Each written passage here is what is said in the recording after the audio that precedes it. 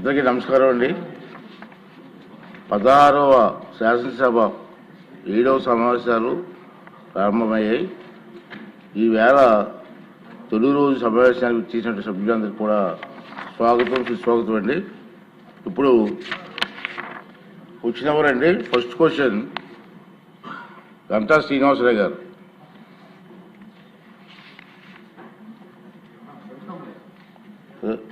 రోజమ్మ గారు చెప్పండి. ఒకటో ప్రశ్నకి అవునండి.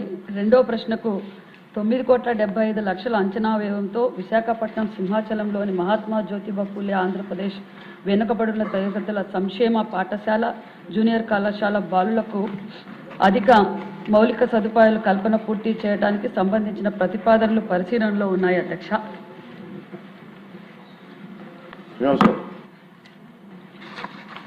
అధ్యక్ష, ఏదైతే ఈ సింహాచలంలో ఉన్న ఈ స్కూల్ సంబంధించి గతంలో కూడా మీరు కూడా దాంట్లో క్వశ్చన్ అయినప్పుడు మీరు ఇంటర్వ్యూ అయి చెప్పారు. అయితే లాస్ట్ టైము మన హెచ్ఆర్డి మినిస్టర్ గారు దీనికి ఆన్సర్ ఇచ్చారు. అదొక ఇది సరికి అన్న ఎన్టీఆర్ గారు 1986లో దాదాపు 18 ఎకరాల్లో ఒక మోడల్ స్కూల్ కింద దీన్ని స్టార్ట్ చేయడం, ఈరోజు 1200 స్టూడెంట్స్ తోటి చాలా చక్కగా అది పర్ఫార్మ్ చేస్తాం. అయితే 14 to 19 నేను హెచ్ఆర్డి మినిస్టర్గా ఉన్నప్పుడు అక్కడ ఒక 2 floors డార్మెటరీ, అలాగే ఒక 1200 ఆడిటోరియం, అలాగే ప్రిన్సిపల్ స్టాఫ్ క్వార్టర్స్, దీంతోపాటు ఒక 2000 రన్నింగ్ మీటర్స్ కాంపౌండ్ వాళ్ళు, ఇట్లా ఇవన్నీ కలిపి వర్క్కి అమౌంట్ శాంక్షన్ చేసి అవన్నీ కూడా వర్కులు మొదలుపెట్టి దాదాపు 70% వర్క్స్ ఆ టైంలో మనం కంప్లీట్ చేసామని చెప్తాం. అయితే దురదృష్టవశాత్తు 1924 మధ్య ఉన్న ప్రభుత్వం దాని మీద పూర్తిగా చేతుకనేసి నిర్లక్ష్యం చేసింది. ఒక సింగిల్ పైసా కూడా దాని ఖర్చు పెట్టకుండా అది ఒక జీర్ణస్థితికి చేరే విధంగా స్కూల్ని తయారు చేశారు.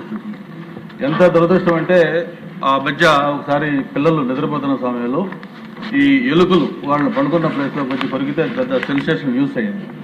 ఆ తర్వాత మళ్ళీ మనం కొంత అవి పెట్టి కొత్తగా రిపేర్లు పెట్టి చేయిస్తూ ఉన్నాం. మళ్ళీ లాస్ట్ టైం లోకేష్ గారు కూడా ప్రత్యేక ఇక్కడ హౌస్లో చెప్పారు. ఆ రోజు కూడా మీరు ఇంటర్వ్యూ అయ్యారు. తప్పకుండా దీన్ని నేను శాంక్షన్ చేసి దీన్ని మళ్ళీ మనం త్వరలోనే మనం చేసుకుందామని చెప్పని.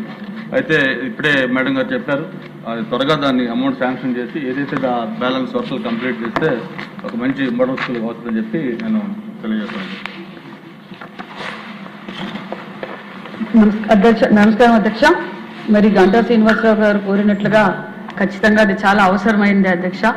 మరి ఏదైతే 70-80% బిల్డింగ్లు అయినా అవన్నీ పనులు దగ్గరలో పూర్తి అయినాయి అధ్యక్ష. ఇప్పుడు ఖచ్చితంగా ఈసారి 80 కోట్ల రూపాయలు రెనోవేషన్స్ కోసమే మా బడ్జెట్లో కేటాయించారు అధ్యక్ష. ఖచ్చితంగా మరి 6 నెలల్లో పని పూర్తి చేసి మరి బీసీ బిడ్డలకు అంకితం చేస్తాం అధ్యక్ష. ఇలాంటివి చాలా ఉన్నాయి అధ్యక్ష. ఇప్పటికే సుమారుగా 80 కోట్ల రూపాయలతో రెనోవేషన్స్ పనులు కూడా చేస్తున్నాం. కానీ ఇది అడిషనల్ బిల్డింగ్ కాబట్టి 8,75,00,000 ఎస్టిమేషన్లు ఆల్రెడీ రివైజ్ ఎస్టిమేషన్లు కూడా వేసి మరి ప్రభుత్వానికి పంపించిందండి. దగ్గరలోనే శాంక్షన్ చేస్తాం అధ్యక్ష. మంత్రి గారు కూర్చో.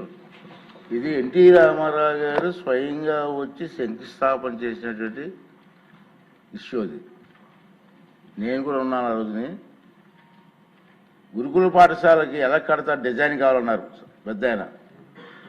అప్పుడు ఇంజనీర్లు వచ్చి డిజైన్ ఇచ్చారు. ఈ డిజైన్ నాకు నచ్చలేదన్నారు. అతనే స్వయంగా పెన్ను తీసుకొని ఎలా కట్టాలి డిజైన్ కూడా వేసింది ఎన్టీ రామారావు గారు. దానికి అందులో సింహాచలం దేవస్థానం పక్కనే ఉంది. దానికి మీరు తప్పనిసరిగా ఎన్ని ఇబ్బందులు ఉన్నా లాస్ట్ టైం ఇదే హౌస్లో లోకేష్ గారు కూడా మాట ఇచ్చారు. మీరిద్దరూ కలిసి దాన్ని పూర్తి చేయాల్సిన బాధ్యత తీసుకోండి. ఖచ్చితంగా అధ్యక్ష. నెక్స్ట్ క్వశ్చన్ ఇరిగేషన్ మినిస్టర్ గారు. ధన్యవాదాలు అధ్యక్ష. మొదటి ప్రశ్నకు సమాధానం అవునండి. రెండవ ప్రశ్నకు సమాధానం అవునండి. ఇన్లెట్ రెగ్యులేటర్ల నిర్మాణ పనులు సక్రమంగా కొనసాగకపోవడం వలన మరియు పనుల అమల్లో జాప్యం కారణంగా ఆ పనులను ప్రీక్లోజ్ చేయడం జరిగింది. మూడవ ప్రశ్నకు సమాధానం గోదావరి డెల్టా వ్యవస్థలోని అన్ని కాలువలు మరియు డ్రైన్లను ఆధునీకరించేందుకు డిపిఆర్ తయారులో ఉంది. 8 డ్రైన్ మరియు 21 ఇన్లెట్ రెగ్యులేటర్ల ఆధునీకరణ ఈ డిపిఆర్ పరిధిలోకి వస్తుంది. ధర్మరాజు గారు, ఎమ్మెల్యే గారు. ధన్యవాదాలు అధ్యక్ష. ఉంగుటూరు నియోజకవర్గం పూర్తిగా వ్యవసాయ ఆధారిత నియోజకవర్గం అధ్యక్ష. ఈ పరిధిలో 59 పంట కాలువలు, 38 డ్రైన్లు, 19 చెరువులు, 99 చెరువులు ఉన్నాయి అధ్యక్ష. ఉంగుటూరు నియోజకవర్గంలో గణపురం మండలంలో 13 కిలోమీటర్ల మేర విస్తరించి ఉన్న యనమదూరు డ్రైన్పై కోమరం నుండి ఎస్పందేపాడు గ్రామాల వరకు 21 ఇన్లెట్లు ఉన్నాయి అధ్యక్ష. వీటిని గతంలో 2007లో గత ప్రభుత్వంలో జీవో నెంబర్ 258 ఇచ్చారు అధ్యక్ష. దాన్ని ఆ పనుల్ని అక్కడి నుంచి కూడా మొదలు పెట్టకుండా 2 దశాబ్దాలు పూర్తయినప్పటికీ కూడా వాటిలో ఎటువంటి పురోగతి లేదు అధ్యక్ష. వాటిని త్వరగా నిర్మిస్తే అక్కడ ఉన్న రైతులకు కూడా ఎంతో సంతోషిస్తారు అధ్యక్ష. వాటిని పునర్నిర్మించాలని మంత్రి గారిని మీ ద్వారా కోరుతున్నా అధ్యక్ష. రైతులకి ఈ యనమదూరు డ్రైన్పై 2 లిఫ్ట్ ఇరిగేషన్ ఉన్నాయి అధ్యక్ష. ఒకటి కొందేపాడు దగ్గర, ఇంకొకటి కేశవరం దగ్గర ఉన్నాయి అధ్యక్ష.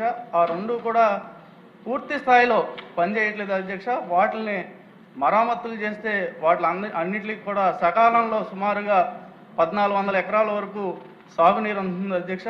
అలాగే కొత్తగా ఎస్కాందేపాడులో కొత్త రెగ్యులేటరీ అంటే మనకి పంపింగ్ హౌస్ ఒకటి ఏర్పాటు చేస్తే సుమారుగా 700 ఎకరాలకి సాగునీరు సకాలంలో అందుతుంది అధ్యక్ష. అలాగే మాకు ఉంగుటూరు నియోజకవర్గంలో ప్రధానంగా ఇంకో 2 డ్రైన్లు ఉన్నాయి అధ్యక్ష. పందుకోడు, తోకలపల్లి డ్రైన్ ఉంది అధ్యక్ష. దీని ద్వారా వరదలు వచ్చినప్పుడు అనేక పంట పొలాలు ముంపుకు గురవుతున్నాయి అధ్యక్ష. దీన్ని అడ్డ పందుకోడు అనే నాన్ నోటిఫైడ్ డ్రైన్ ఉంది అధ్యక్ష. దాని ద్వారా ఉప్పుటేరుకు అనుసంధానం చేస్తే ఈ వరదలని రాకుండా నిర్మూలించవచ్చు అధ్యక్ష. అలాగే మనకి ఏదైతే ఉందో మనకి ప్రధానంగా 4 పంట కాలువలు ఉన్నాయి అధ్యక్ష. ఒకటి ఏలూరు కాలువ, పిప్పర్ కాలువ, మనకి అలాగే కాపారం కాలువ. ఈ కాలువలన్నింటినీ కూడా ఆధునీకరించి అంటే గత ప్రభుత్వంలో పూర్తిగా వీటిని నిర్లక్ష్యం చేయటం వల్ల సాగునీరుకి తాగునీరుకి కూడా అన్ని గ్రామాలు కూడా ఇబ్బంది పడుతున్నాయి అధ్యక్ష.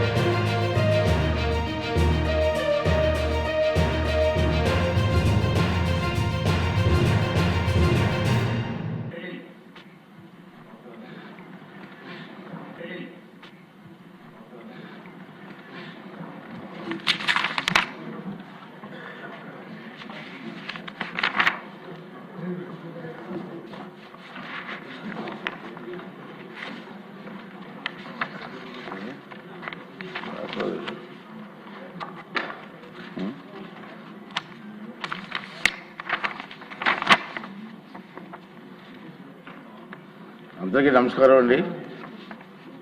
16వ శాసనసభ 7వ సమావేశాలు ప్రారంభమయ్యాయి. ఈవేళ తొలి రోజు సమావేశానికి చేసినటువంటి సభ్యులందరికీ కూడా స్వాగతం, సుస్వాగతం అండి. ఇప్పుడు వచ్చినవారండి. ఫస్ట్ క్వశ్చన్ గంటా శ్రీనివాసరావు గారు.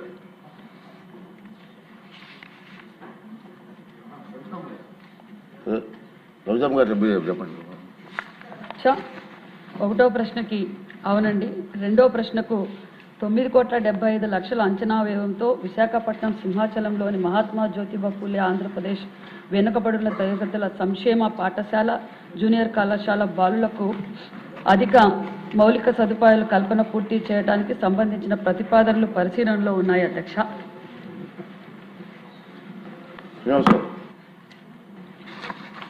అధ్యక్ష,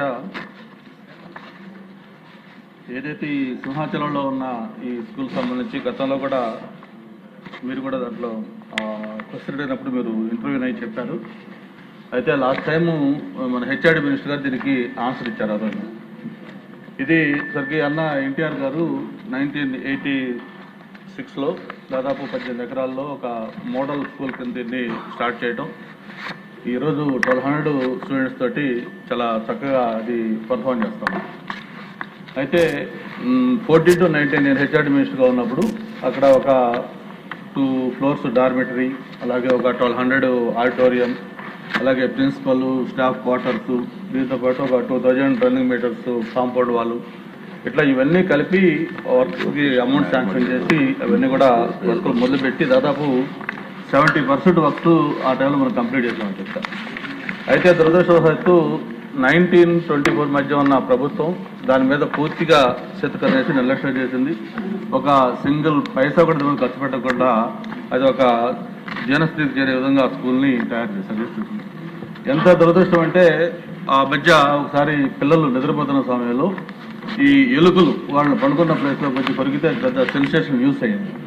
ఆ తర్వాత మళ్ళీ మనం కొంత అవి పెట్టి కొత్తగా రిపేర్లు పెట్టి చేయిస్తా ఉన్నాం.